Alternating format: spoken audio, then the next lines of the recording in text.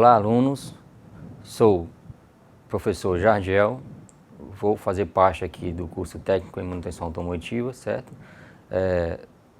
Vou ministrar para vocês a disciplina de Eletrônica 2, tentar repassar um pouco para vocês do conhecimento aí dos componentes eletrônicos, que envolve um pouco essa parte de automotiva, certo? Primeiramente, vamos trabalhar com um pouco da introdução de semicondutores, que é um dos principais componentes da eletrônica, certo?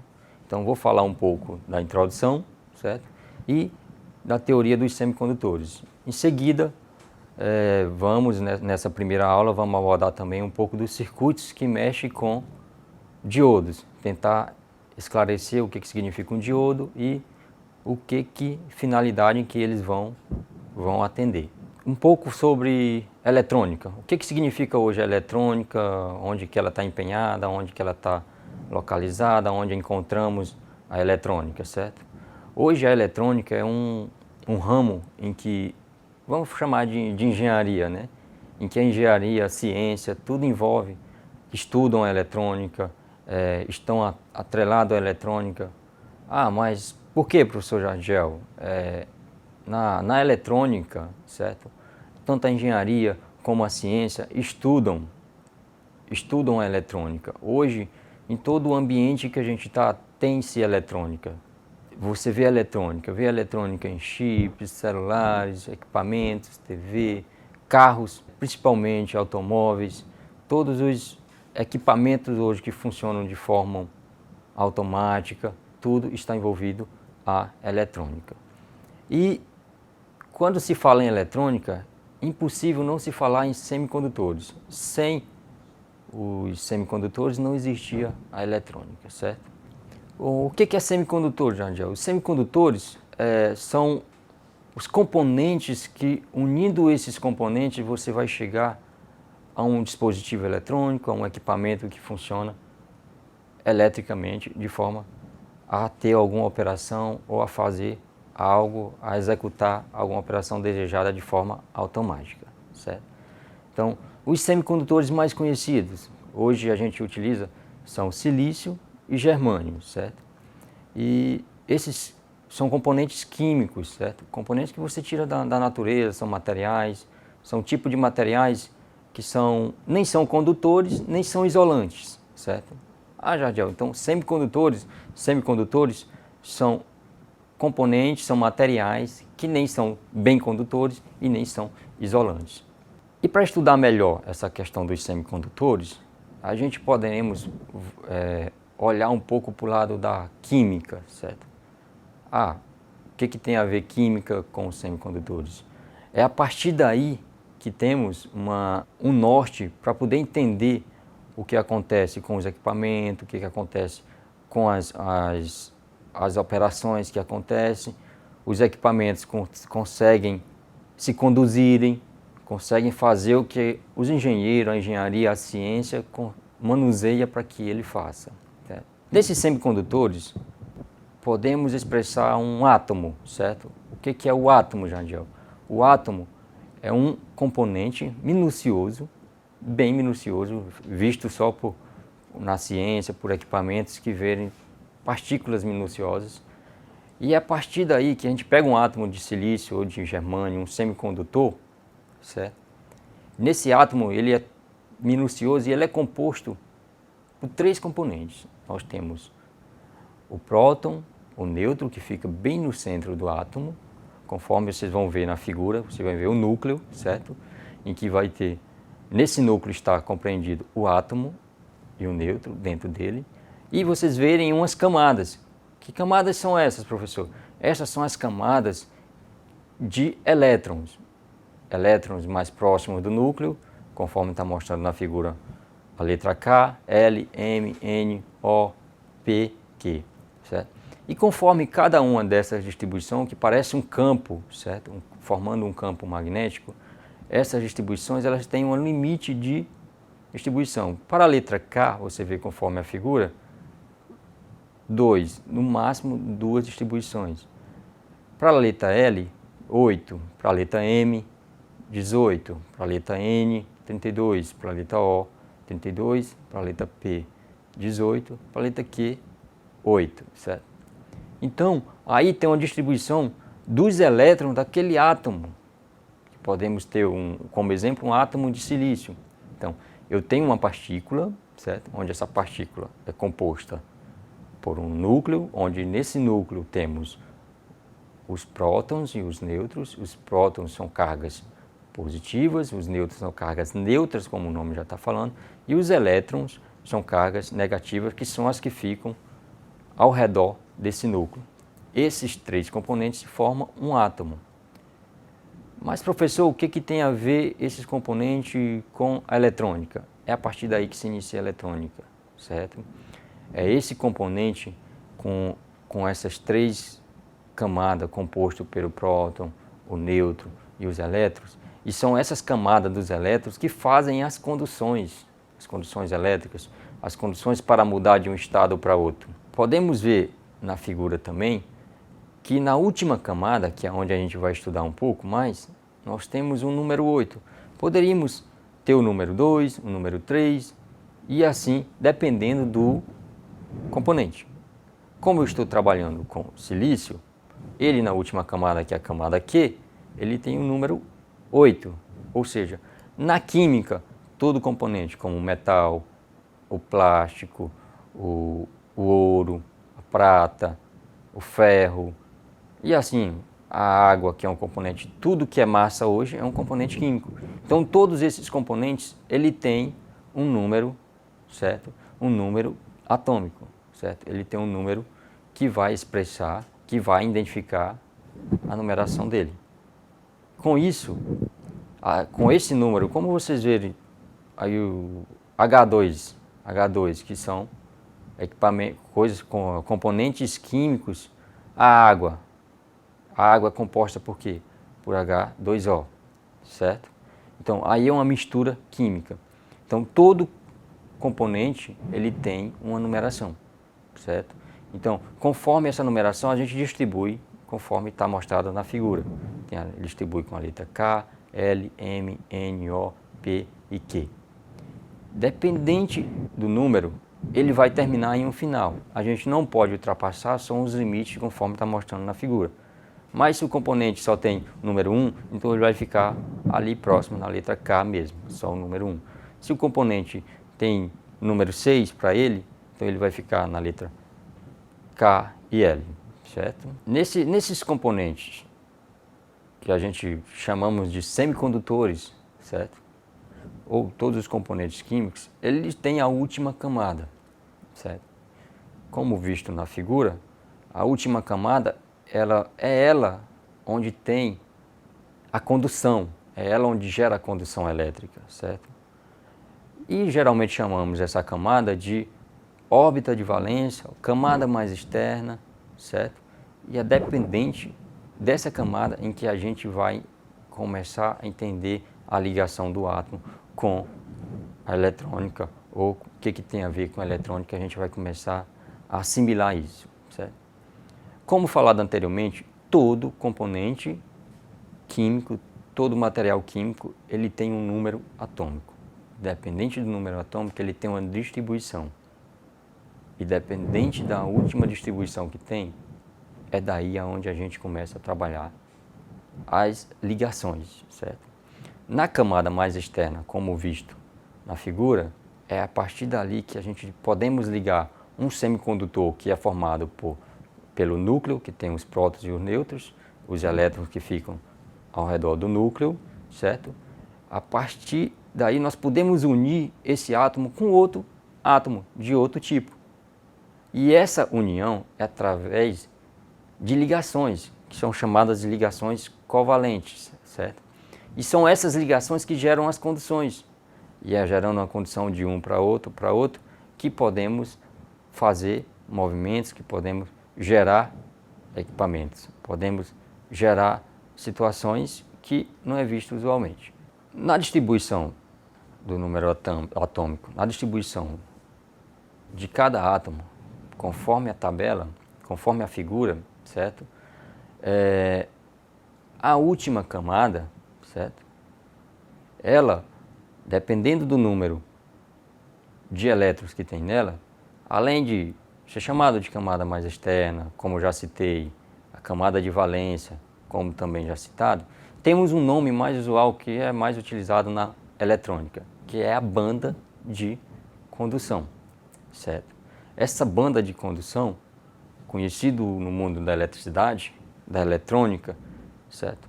São elas que fazem a condução, que é o último, ou seja, se eu tenho 3 elétrons na última camada, o ideal era que eu tivesse um número par, ou seja, eles conseguem se conduzir. Se eu tenho 5 na outra camada de outro, então eles podem se unir, certo? Então, quando está faltando um elétron, eles conseguem conduzir. Vou falar um pouco também agora, relatar o que eu já citei um pouco no início, que eu estou falando mais de semicondutores, mas vou falar um pouco de materiais isolantes, materiais condutores. Os semicondutores hoje são as peças principais para a eletrônica, mas para eu ter um dispositivo eletrônico ou para eu ter uma manobra com equipamentos eletrônicos, só os semicondutores não é o suficiente. Mas por que, já só os semicondutores não é o suficiente? Os semicondutores, eles conduzem a eletricidade, certo? De um componente para outro. Mas para eu fazer essa condução, eu preciso isolar essa condução, certo? Porque não eu vou danificar o equipamento, certo? Então, eu preciso de materiais isolantes. E o que é esses materiais isolantes, certo? Esses materiais isolantes são materiais que não conduzem a eletricidade. Os materiais semicondutores, eles conduzem e eles estão no meio. Eles também não conduzem, mas conduzem, certo? Só que de forma mais controlada. Não é uma condução fina e também não é uma isolação. Eles conduzem de forma moderada e podemos controlar essas condições de forma desejada. Os materiais semicondutores representam, hoje, no ramo da eletrônica, certo? Praticamente tudo hoje que se faz na parte eletrônica, em equipamentos eletrônicos, é semicondutores. Qual é o mais usual, o mais utilizado? O silício, como já tenho citado um pouco, o germânio, como já tenho citado, certo? Eles possuem característica intermediária em relação aos anteriores, certo? Por exemplo, condutores e os semicondutores. Por isso, a utilização deles. Vou classificar agora, falar um pouco da classificação dos semicondutores, certo? Podemos chamar os semicondutores de semicondutores intrínsecos e extrínsecos, certo? Os semicondutores intrínsecos são semicondutores. Vou novamente falar um pouco da figura já citada anteriormente, porque para eu explicar esse semicondutor intrínseco, eu preciso mostrar ela e identificar a última camada. É nessa última camada que vai definir se o meu semicondutor é intrínseco ou extrínseco. E o que é o semicondutor intrínseco, professor? Certo? O semicondutor intrínseco é todo componente, certo? Semicondutor, em que na última camada, certo? Na camada Q, ele tenha exatamente 4 elétrons, certo? Ele é mais conhecido como um átomo tetravalente. Cada um de seus átomos pode realizar uma ligação covalente com o outro, 4 átomos monovalentes, totalizando 4 ligações covalentes. Ou seja, qualquer um desses que tenha 4 elétrons na última camada, certo? Na camada de valência, na camada de condução, na camada mais externa, podemos dar esses 3 nomes, certo? Chamamos eles de semicondutores intrínsecos, certo? Esses, sim, se dá o nome de semicondutores intrínsecos e é basicamente isso para essa classificação. Tá? Vamos falar agora dos semicondutores extrínsecos. É o que hoje se trabalha mais na eletrônica. Mas por quê, já? Porque esses são os condutores que tem as defasagens, ou seja, na última camada de valência, na última camada mais externa, eles têm 3 elétrons ou 5 elétrons. E, através disso, eles fazem uma condução fácil, é rápida, e você consegue manusear essa condução com outro átomo, certo? Em que essa condução, que já acontece por conta de 3 elétrons na última camada ou 5 elétrons, aí eles já conseguem trocar elétrons com outro átomo. E essa troca é chamada de dopagem, certo? Essa troca gera a condução para poder conduzir um elétron com outro e assim sucessivamente e formar um semicondutor. Vamos falar exatamente mais de semicondutores extrínsecos. Nos semicondutores podemos ter, só reformulando, podemos ter os semicondutores intrínsecos e os semicondutores extrínsecos. Os semicondutores intrínsecos são aqueles semicondutores em que na última camada de valência temos 4 elétrons. Os semicondutores extrínsecos são aqueles semicondutores em que na última camada de valência temos 3 ou 5 elétrons, certo? E dentro desses semicondutores extrínsecos, podemos também classificar eles como semicondutores extrínsecos tipo P, semicondutores tipo P, a letra já diz positivo, semicondutores extrínsecos tipo P positivo e semicondutores extrínsecos tipo N, negativo, certo? Então, para os semicondutores tipo P, vamos chamar os semicondutores tipo P, que são os positivos, é todo aqueles semicondutores extrínsecos que a última camada de valência temos 3 elétrons. Então, nos semicondutores extrínsecos são classificados como os semicondutores que têm 3 elétrons na camada de valência e 5. O tipo P é aquele que tem 3 elétrons na camada de valência. O tipo N são aqueles semicondutores extrínsecos que têm 5 elétrons na camada de valência. Agora, já falamos um pouco dos semicondutores e vamos já entrar um pouco mais fundo na eletrônica. Os semicondutores partem um pouco da parte técnica de como se originou a eletrônica. Foi a partir disso. Agora nós vamos começar a entender os componentes formados por esses semicondutores, que vamos conhecer agora os diodos. Diodos, sim, mas o que é diodo, professor? Diodo é um dispositivo que bloqueia a passagem da corrente elétrica num sentido e permite a passagem no outro. Através do diodo, como mostrado na figura, parte física, hoje usualmente em placas, em equipamentos, certo? E na parte teórica, temos o diodo com sua simbologia e informando quem é um sentido e o outro sentido, certo? Dando um conceito sobre o diodo é um dispositivo que bloqueia toda a passagem, como já citado anteriormente, certo? E o que significa isso, Jadiel? O que significa, professor, essa passagem? O que é a corrente? Bem, como eu falei já anteriormente, vamos entrar um pouco a fundo no componente, certo? Em que eu vou explicar um pouco a passagem da corrente. O que é corrente elétrica? Professor, corrente elétrica, como todos devem entender um pouco o que é eletricidade. Para a eletricidade fluir, ela precisa de equipamentos. Então, o diodo é um equipamento, um dispositivo da eletrônica que ele controla, certo? Toda a corrente elétrica, ela tem um sentido, ela tem uma polaridade, positivo, negativo, certo? Então, ela tem um sentido. Então, o diodo, que é um componente eletrônico, ele controla esse sentido. Vamos supor, você está numa via, andando no seu transporte de carro, e você vai num sentido, certo? O diodo só permite que você ande naquele sentido, jamais você vai conseguir voltar. Então, o diodo faz com que você, por obrigação, siga sempre aquele sentido. Porque se você voltar naquela via, com certeza você vai correr o risco de ter um acidente.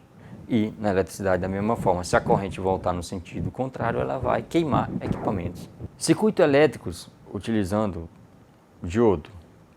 No diodo, ele como mostrado na figura, ele é um equipamento, um dispositivo em que ele tem polaridades, positivo de um lado, negativo do outro. Isso a gente classificamos como o lado positivo de anodo, o lado negativo de cátodo.